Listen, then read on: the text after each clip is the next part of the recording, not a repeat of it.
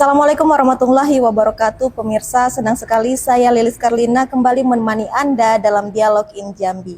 Pemirsa, selama 30 menit ke depan saya akan mengajak Anda untuk menyimak dialog inspiratif dengan tema menyikapi tantangan dalam pelaksanaan tugas kejaksaan di era digital.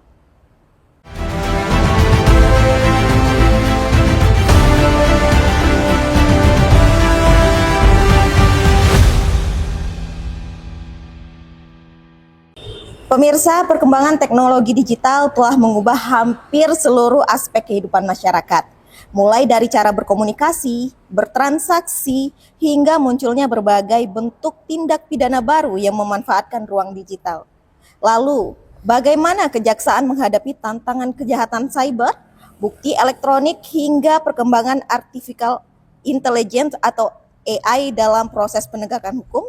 Kita akan membahasnya bersama narasumber yang telah hadir dalam Dialog in Jambi kali ini dengan tema menyikapi tantangan dalam pelaksanaan tugas kejaksaan di era digital.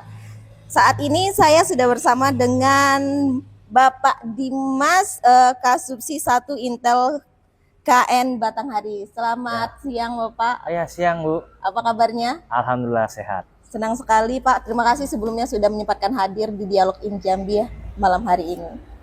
Oke Pak, mungkin sebelum membahas lebih jauh nih, bagaimana Bapak melihat mungkin perubahan yang terjadi dalam pelaksanaan tugas kejaksaan akibat perkembangan teknologi digital? Oke, terima kasih ya atas pertanyaannya. Terkait perubahan tugas ya di instansi kami kejaksaan pada era digital ini sudah sangat signifikan, yaitu baik dari pemberitaan ataupun dari media sosial, yang mana di satuan kerja kami, khususnya di Kabupaten Batanghari, mengenai jadwal sidang, mengenai pengaduan masyarakat, ataupun layanan lainnya, itu bisa diakses di media sosial, yang mana media sosial ini merupakan bentuk dari perkembangan teknologi. Nah, untuk itu masyarakat jadi lebih mudah untuk mengakses, jadi tidak perlu dia harus datang ke kantor, jadi dia dari online pun bisa, ataupun sekedar ingin konsultasi pun secara online juga bisa. Itu salah satu atau beberapa diantaranya mengenai perkembangan. Artinya kita dari kejaksaan sudah membuka ruang untuk berkomunikasi secara langsung dengan masyarakat melalui media sosial berarti? Betul.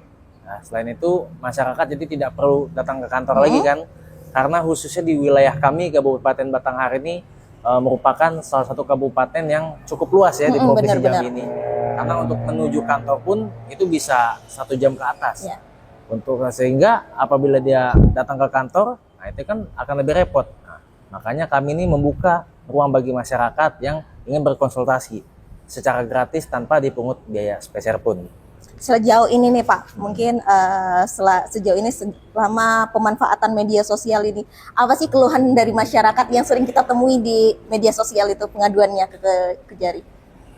Kalau mengenai pengaduan yang menjadi keluhan dari masyarakat, ya masyarakat ingin lebih optimal lagi dalam pelayanan. Nah, untuk itu kami khususnya di Kejaksaan Negeri Batanghari terus berusaha memperbaiki pelayanan kami. Yang mana ini seiring dengan berjalannya waktu akan kami terus tingkatkan pelayanan kepada masyarakat, nah, sehingga masyarakat dapat mendapatkan layanan yang baik. Seperti itu. Oke, kita lanjut ke pertanyaan selanjutnya nih Pak ya. Indonesia kan merupakan negara hukum sebagaimana diamanatkan dalam Undang-Undang Dasar 1945. Mungkin sejauh ini, sejauh mana prinsip negara hukum tersebut menjadi landasan kejaksaan dalam menghadapi tantangan digital? Nah, kita bicara mengenai negara hukum dan juga tantangan menghadapi era digital ini, bagaimana ya instansi atau institusi kami ini menyikapi hal tersebut. Nah, untuk itu kami perkuat baik dari layanan hukum, layanan konsultasi kepada masyarakat, juga berbagai macam layanan lainnya. Nah, itu bisa masyarakat akses.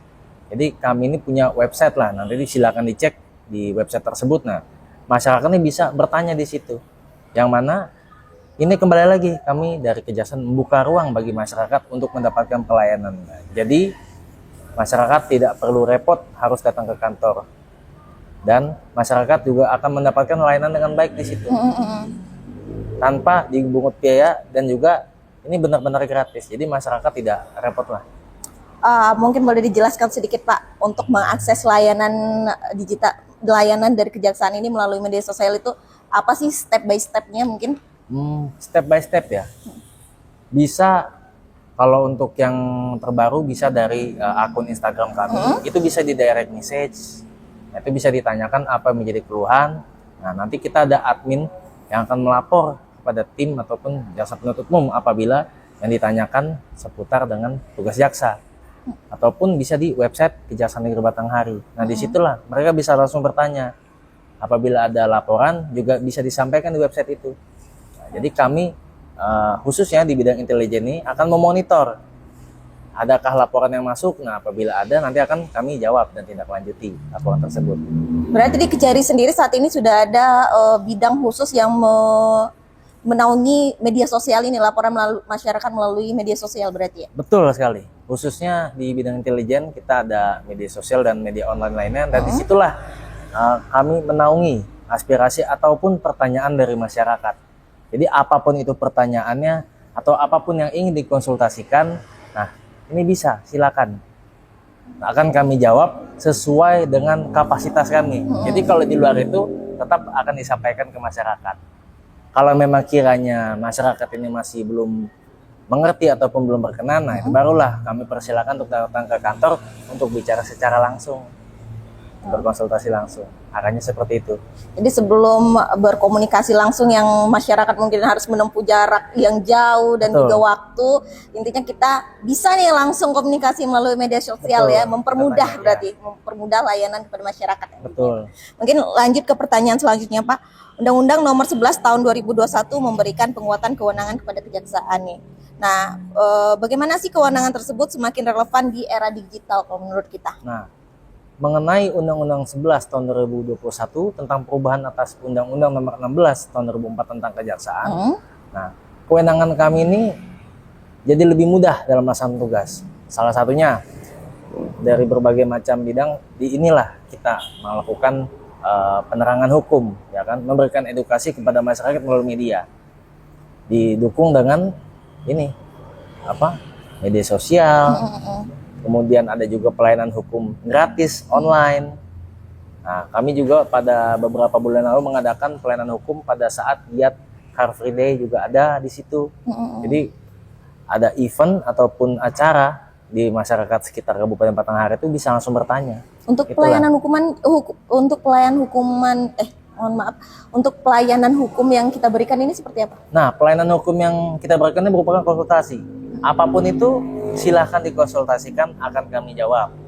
Misalnya ada korban atau yang mengenai dengan perkara tindak pidana, itu akan disampaikan bagaimana solusi hukumnya, bagaimana langkah yang dapat diambil. Itu selain itu apapun yang ingin ditanyakan akan kami jawab sesuai dengan kapasitas kami. Oke. Ini pertanyaan selanjutnya nih Pak. Mulai tahun ini KUHP nasional telah berlaku. Apa perubahan paradigma yang paling penting bagi masyarakat terkait penerapan keadilan restoratif maupun pidana alternatif? Nah, ini menarik ya. Kalau dulu orang nih dihukum itu sebagai bentuk namanya pembalasan. Benar. Nah, tapi kalau sekarang karena aturan ini sudah baru, ada juga di situ living law, hukum yang berlaku di masyarakat juga ada di dalam aturan tersebut. Sehingga perubahan paradigma masyarakat ini tidak lagi orang yang bersalah tuh harus dihukum, harus dimasukkan dalam penjara, tetapi diberikan hukuman yang sesuai dengan perbuatannya. Nah, apalagi seperti pengawasan ataupun pidana alternatif lainnya itu merupakan perubahan yang masyarakat rasakan. Jadi orang tuh tidak sedikit-dikit orang salah nih masuk penjara gitu. Jadi dilihat dari sisi kemanusiaannya. Nah, kan disitulah kami melaksanakan tugas dengan menggunakan hati nurani tadi, diiringi dengan hukum yang berlaku di masyarakat, sehingga orang yang bersalah itu tidak selamanya langsung dihukum, tapi kita lihat dulu apa yang mendasari kesalahan orang ini, bagaimana kita memberikan tindakan kepada orang tersebut. Jadi masyarakat ini tidak berpikir yang negatif, ya kan, terlepas dari berbagai macam pemberitaan ya. Tapi disitulah kami berusaha untuk memberikan ataupun melaksanakan tugas dengan menggunakan hati nurani supaya tercapainya tujuan hukum tadi, keadilan, mempunyai manfaat kepada masyarakat dan juga punya kepastian. Itu. Mungkin boleh diberikan contoh sedikit mengenai hukum alternatif ini seperti apa? Contoh seperti orang ada namanya pidana pengawasan. Nah, di situ orang itu tidak dihukum dimasukkan ke penjara, tetapi orang tersebut ya, diputus oleh yang berwenang, itu dalam hal ini pengadilan, itu membersihkan fasilitas umum di wilayah tempat tinggalnya selama berapa lamanya itu tergantung dari diputus oleh hakim. Nah, kemudian kami selaku jaksa yang melaksanakan putusan dari pengadilan tersebut, nah kita mengawasi orang tersebut dibantu dengan dinas dan stakeholder terkait. Jadi orang itu tidak lagi masuk penjara, tapi membersihkan fasilitas umum ataupun apapun itu ya.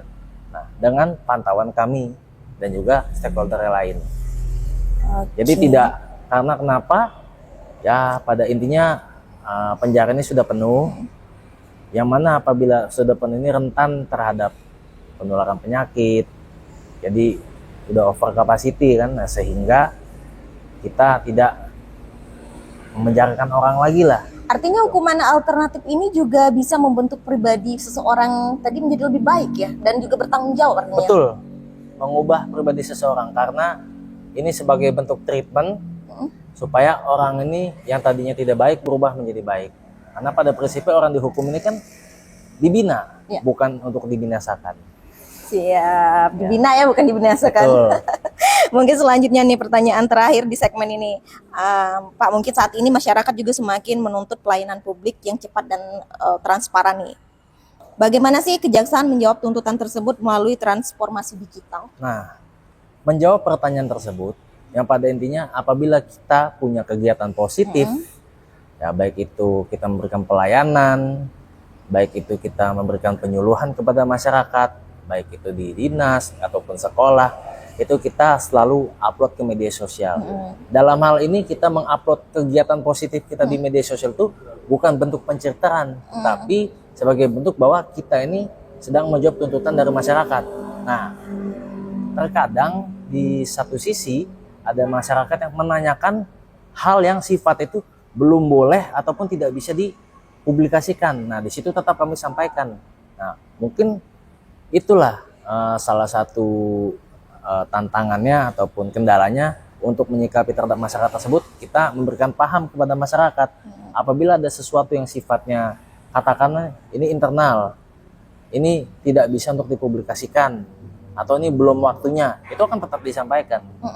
Jadi apapun itu tetap kita sampaikan sesuai dengan kapasitas. Nah, masalah apalagi tadi disinggung mengenai transparan kan, kami pun bisa melaksanakan ataupun menjawab secara transparan, tetapi tetap pada aturan yang berlaku. Jadi tidak sembarangan kita memberikan informasi ke masyarakat. Tapi mengenai kegiatan positif, ya kembali lagi kita akan selalu upload ke media sosial. Benar-benar.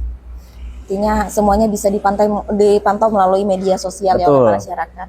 Ya pemirsa, menarik sekali perbincangan kita pada segmen kali ini, dan pemirsa selanjutnya kita akan kembali membahas perbincangan yang hangat setelah jeda pariwara berikut. Tetaplah di InJambi.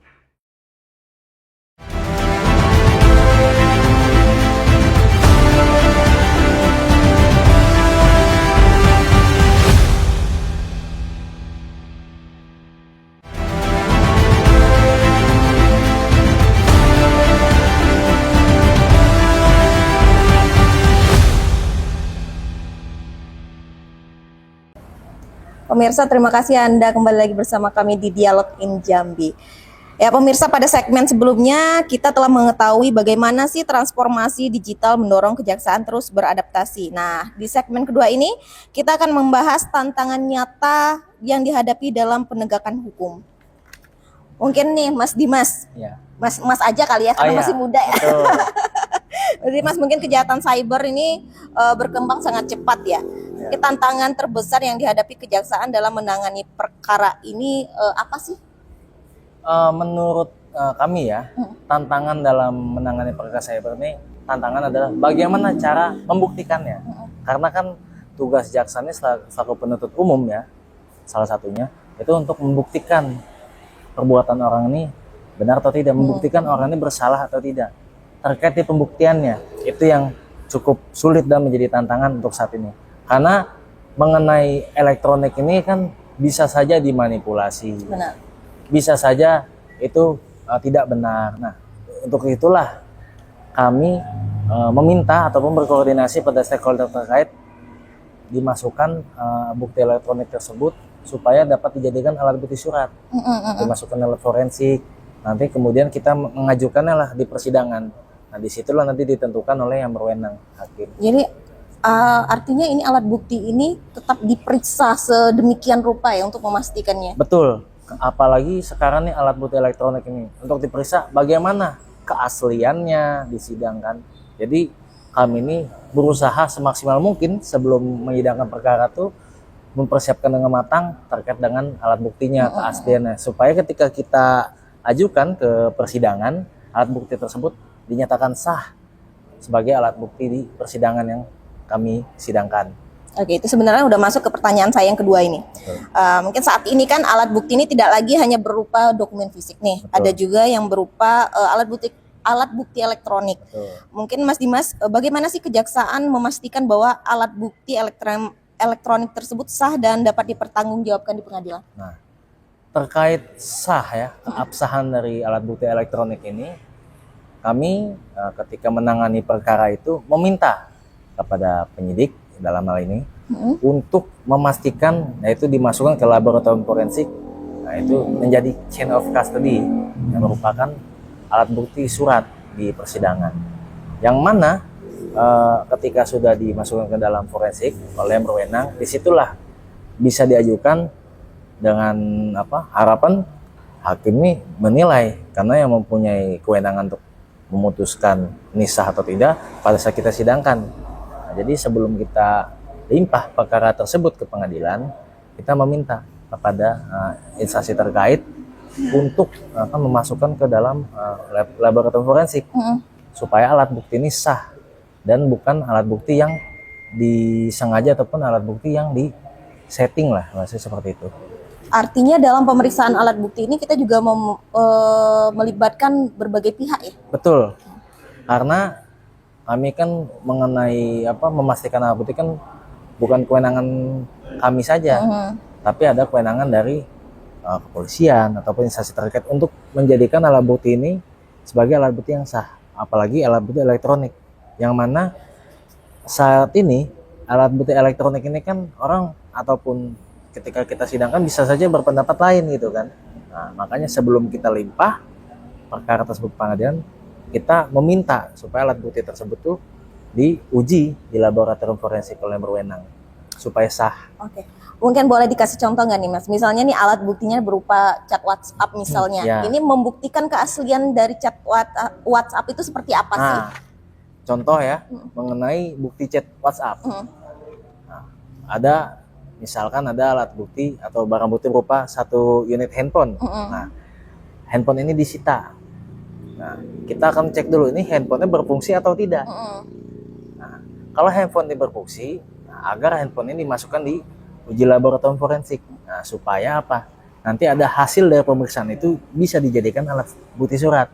Seperti kalau untuk handphone ada bukti chat WhatsApp, ada bukti riwayat telepon, ada bukti yang lain, baik itu telepon secara reguler, telepon biasa. Nah, disitulah nanti ketika sudah masuk ke dalam lab ada hasilnya, nanti disitulah hasilnya yang dijadikan alat bukti tadi, alat bukti surat. Artinya itu satu handphone itu semua aktivitasnya kita cek ya? Betul. Apakah berkesinambungan dengan bukti ini gitu ya? Betul. Berkesinambungan dengan bukti dan juga berkesinambungan dengan perbuatan yang dilakukan oleh si yang bersalah ini. Oke, jadi luar biasa ya, penelitian sangat teliti banget berarti. Betul. Mungkin ke pertanyaan selanjutnya nih Mas Dimas, artificial intelligence atau AI berkembang sangat pesat. Di satu sisi membantu pekerjaan, namun di sisi lain muncul deepfake, manipulasi suara hingga video palsu. Mungkin seberapa besar sih tantangan ini terhadap proses pembuktian perkara? Nah, kalau untuk tantangan ini ya, khususnya di Kabupaten Matahari, memang belum ada. Cuma kita ambil secara normatifnya mengenai tantangan tersebut untuk membuktikannya, yaitu bagaimana kita nih bisa memastikan bahwa AI ini dibuat-buat ataupun asli kan. Nah disitulah makanya tadi kembali lagi kita harus memasukkan ke laboratorium forensik untuk diuji terlebih dahulu. Nah kecuali kalau kita tiba-tiba menyidangkan perkara yang alat bukti elektronik itu belum diuji, makanya kita selalu minta pada saat memberikan petunjuk agar alat bukti tersebut nih diuji dulu di laboratorium forensik supaya dapat surat atau hasil. Nah surat inilah yang menyatakan alat bukti ini sah atau tidak. Apalagi zaman sekarang kan ada AI, ada manipulasi tadi suara ataupun video. Nah disitulah kami harus minta hasil uji forensiknya dulu. Itu paling tantangannya. Dan bagaimana kita nih memberikan ketika sidang meyakinkan kepada hakim bahwa ini alat bukti yang kami ajukan merupakan alat bukti yang sah sesuai dengan aturan perundang-undangan berlaku. Mungkin sejauh ini ya, berdasarkan pengalaman Mas Dimas kan, pernah nggak sih kita menemukan alat bukti ini yang ternyata AI, video ataupun apa gitu, selama di Batanghari? Kalau selama di Batanghari ya, kami jujur ya, belum pernah ya. Cuma kalau dalam membuktikan pembuktian riwayat komunikasi, itu kita hanya menunjukkan ya bukti chat. Umpamanya seperti ini, kalau yang kami alami ini di penanganan perkara narkotika, yang mana perkara narkotika ini apabila dia ingin membeli sesuatu, otomatis ada janjian dong dengan orang lain. Benar. Nah disitulah ada alat bukti atau barang bukti ini berupa handphone yang disita, kami nyalakan handphonenya, kami buka riwayat chatnya, ataupun kami buka galerinya. Nah disitulah kami buktikan apakah benar ini hasilnya. Nah terkadang kami juga temukan apabila dia transaksi, ada nih dia telah memfoto bahwa barang ini sudah ditaruh di tempat yang dijanjikan, dan juga ada bukti dia transfer misalkan pakai platform elektronik ya. Nah disitulah ada bukti transfernya kami tunjukkan. Nah disitulah pengalaman kami ya dalam melakukan pembuktian terhadap perkara tadi, yang penting asal handphone ini bisa berfungsi. Kadang di satu sisi yang dikendala handphone ini tiba-tiba tidak berfungsi. Nah itu yang pernah. Tapi tetap bagaimana caranya kita mencari kan, atau membuktikan bahwa perbuatan yang dilakukan ini sesuai loh dengan yang kami dakwakan. Oke. Artinya kejahatan-kejahatan kabupaten itu belum menggunakan AI ya berarti? Untuk kejahatan kabupaten belum. Belum ya. Masih menggunakan cara-cara boleh dibilang mungkin konvensional ya. Nah kalau sudah AI, otomatis kami harus mengikuti pelatihan khusus dong. Benar. Untuk menambah kompetensi dalam penanganan perkara itu. Nah kecuali kalau di kota-kota besar kita juga belum dapat juga kan informasinya bagaimana. Jadi kami menyampaikan terkhusus di kabupaten ini, Batanghari. Oke, kita lanjut ke pertanyaan selanjutnya nih Mas. Fenomena trial by sosial media juga semakin sering terjadi. Bahkan suatu perkara terkadang sudah dihakimi terlebih dahulu di media sosial nih. Nah, bagaimana sih kejaksaan menyikapi tekanan opini publik tersebut agar proses hukum tetap objektif? Nah, menyikapi hal tersebut, apalagi ini kan mendengar isu. Nah, ini kan masyarakat terkadang langsung menyimpulkan sendiri. Benar. Sedangkan kita nggak bisa dong menyimpulkan sendiri tanpa bukti yang kuat. Nah disitulah kami memberikan pemahaman kepada masyarakat ataupun menyampaikan melalui media sosial. Apabila orang itu ada yang ingin disampaikan ataupun dalam bentuk laporan, kami terima laporannya. Silakan disampaikan dengan cara yang baik. Jadi terbantunya kita dengan media sosial ini, kita bisa memberikan pemahaman bagi masyarakat dan juga memberikan himbauan agar masyarakat ini tidak langsung menelan mentah-mentah informasi yang diterima. Karena tidak semua informasi diterima dari media itu benar. Itu benar. Harus dibuktikan kebenarannya, harus benar-benar kita tahu dulu nih. Nah itulah tugas kami, salah satu memberikan edukasi ataupun pemahaman melalui media sosial tadi. Kalau memang tidak berkenan orang itu atau ada hal yang disampaikan, kalau mau silakan langsung datang, kami sampaikan langsung gitu. Kalau apabila misalkan mungkin di media ataupun di layanan kami online kami dia belum puas dengan jawabannya, bisa langsung datang. Kalau ada yang pengen disampaikan atau dia ingin melaporkan, silakan. Intinya ajukan jangan main tertulis. hakim sendiri ya, Betul. walaupun melalui medsos ya. Betul. Karena viral itu lebih mengerikan ternyata ya Mas ya. Oke.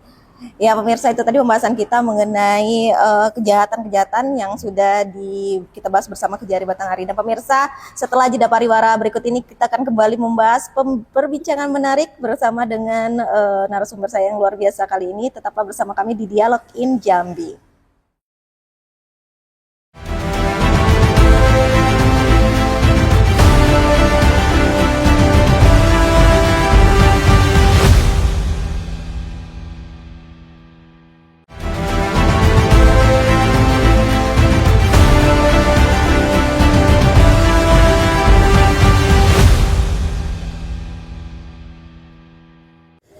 Pemirsa, terima kasih Anda masih bersama kami dalam Dialog in Jambi. Nah, pemirsa, pada segmen terakhir ini kita akan melihat bagaimana strategi yang dilakukan kejaksaan dalam menghadapi era digital, sekaligus bagaimana masyarakat dapat ikut berperan menciptakan ruang digital yang sehat dan taat hukum. Mungkin langsung aja nih Mas Dimas. Ya. Strategi apa sih yang saat ini dilakukan kejaksaan untuk memperkuat kapasitas sumber daya manusia agar mampu menghadapi perkembangan teknologi digital? Nah, mengenai menghadapi perkembangan digital, yang satu kita harus mengikuti pelatihan-pelatihan khusus untuk meningkatkan kompetensi tersebut, baik dari untuk menangani perkara ataupun yang lain-lain. Yang pada intinya kita harus tetap belajar, baik itu dari buku, e-book ataupun apapun itu.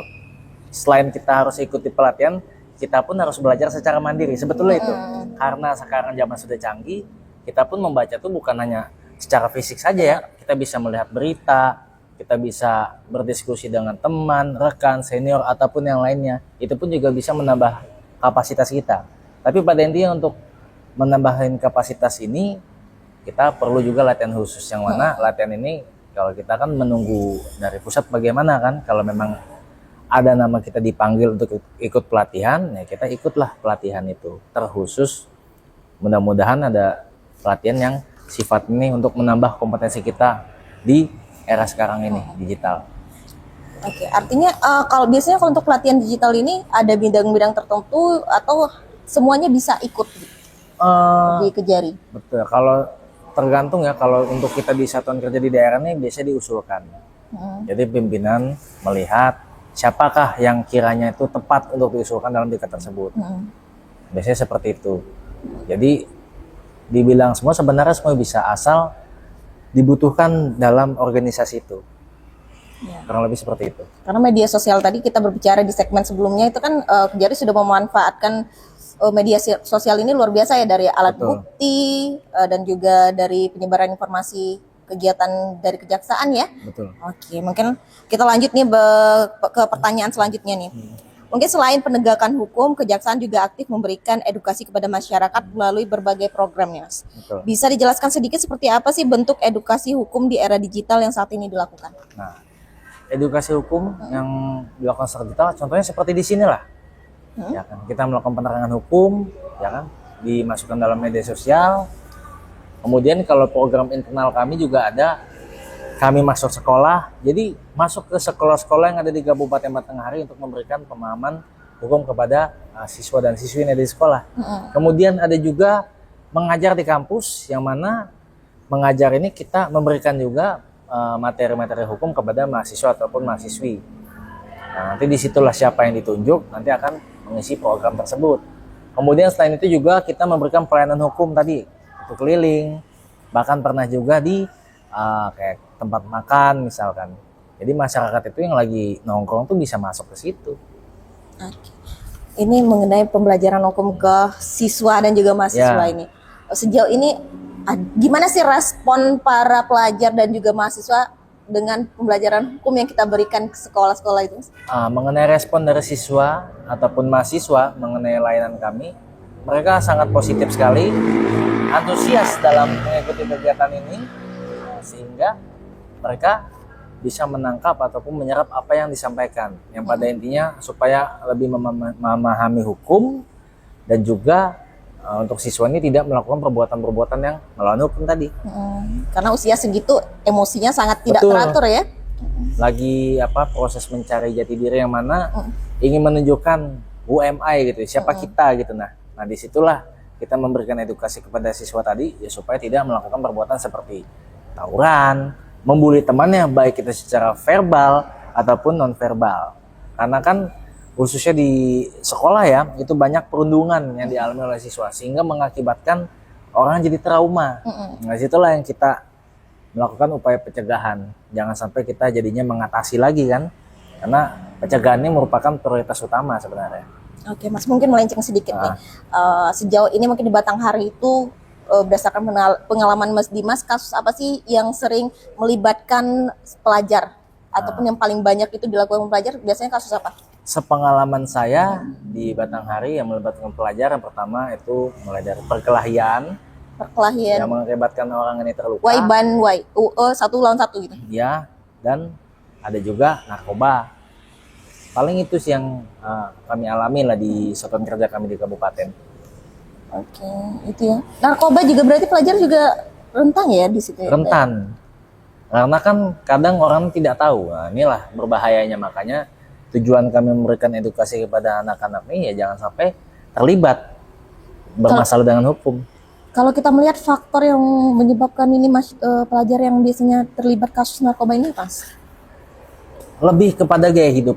Apalagi kita tinggal ataupun berada di kabupaten, mungkin dia melihat di berita ataupun di media, melihat kehidupan di kota, oh ini orang nih apa-apanya enak. Sehingga dia ini ingin mendapatkan sesuatu yang mungkin dalam keadaan dia kurang cukup ataupun ya kurang bersyukur lah. Sehingga disitulah timbul niatnya untuk melakukan perbuatan tersebut. Merasa keren juga berarti? Betul, merasa keren, gaya hidupnya tinggi. Faktor lingkungan? Lingkungan juga. Karena kan teman-teman inilah pengaruh terhadap seseorang kan. Asal apabila orang tuanya sudah mendidik dengan baik dan benar, ya otomatis anak tidak akan melakukan itu. Tapi kan banyak sekarang ini fenomenanya tuh ya pengen bebas gitu kan. Saya perhatikan di kabupaten kami, rumahnya masih berdekatan, tapi dia lebih milih ngekos gitu. Nah, itu kan apa ya pertanyaan kan? Sedangkan dia masih bisa pulang ke rumah, mungkin jaraknya nggak jauh lah. Ada kebebasan kali yang dicari ya. Betul. Mungkin capek kan karena kekangan itu, tapi kekangan itulah sebenarnya yang membuat kita tuh mengerti supaya kita nggak salah jalan kan. Mungkin lanjut ke pertanyaan berikutnya. Pertanyaan terakhir nih Mas, sebagai penutup, apa pesan Mas Dimas kepada masyarakat agar mampu menjadi pengguna teknologi yang cerdas, bijak, dan tidak mudah terjebak dalam pelanggaran hukum di ruang digital? Kita bicara pesan ya, kami menghimbau kepada masyarakat ya dari semua kalangan, juga segala usia, bijaklah dalam menggunakan media sosial, jangan terpancing provokasi yang ada di media sosial tersebut, dan jangan memberikan komentar-komentar yang sifatnya menyudutkan bahkan menjelekkan pihak-pihak lain. Nah, sehingga apabila berkomentar kita dengan bijak ya kita akan terhindar. Apabila kita tidak bijak dalam menggunakan media sosial akan menjadi bumerang bagi kita sendiri. Kurang lebih seperti itulah pesan yang dapat kami sampaikan agar orang ataupun siapapun itu masyarakat dapat menggunakan media sosial dengan bijak. Oke, terima kasih Mas Dimas atas penjelasan yang sangat informatifnya. Dan pemirsa, perkembangan teknologi digital memang tidak dapat dihindari. Namun dengan peningkatan kompetensi aparat, pemanfaatan teknologi yang tepat, tata kelola yang baik, serta dukungan masyarakat yang semakin sadar hukum, transformasi digital dapat menjadi peluang untuk hadir di sistem penegak hukum yang semakin modern, transparan, profesional, dan berkeadilan. Dan pemirsa, sampai jumpa di program Injambi berikutnya. Akhir kata saya Lilis Karlina dan segenap kru yang bertugas pamit undur diri. Jack TV, inspirasi kita.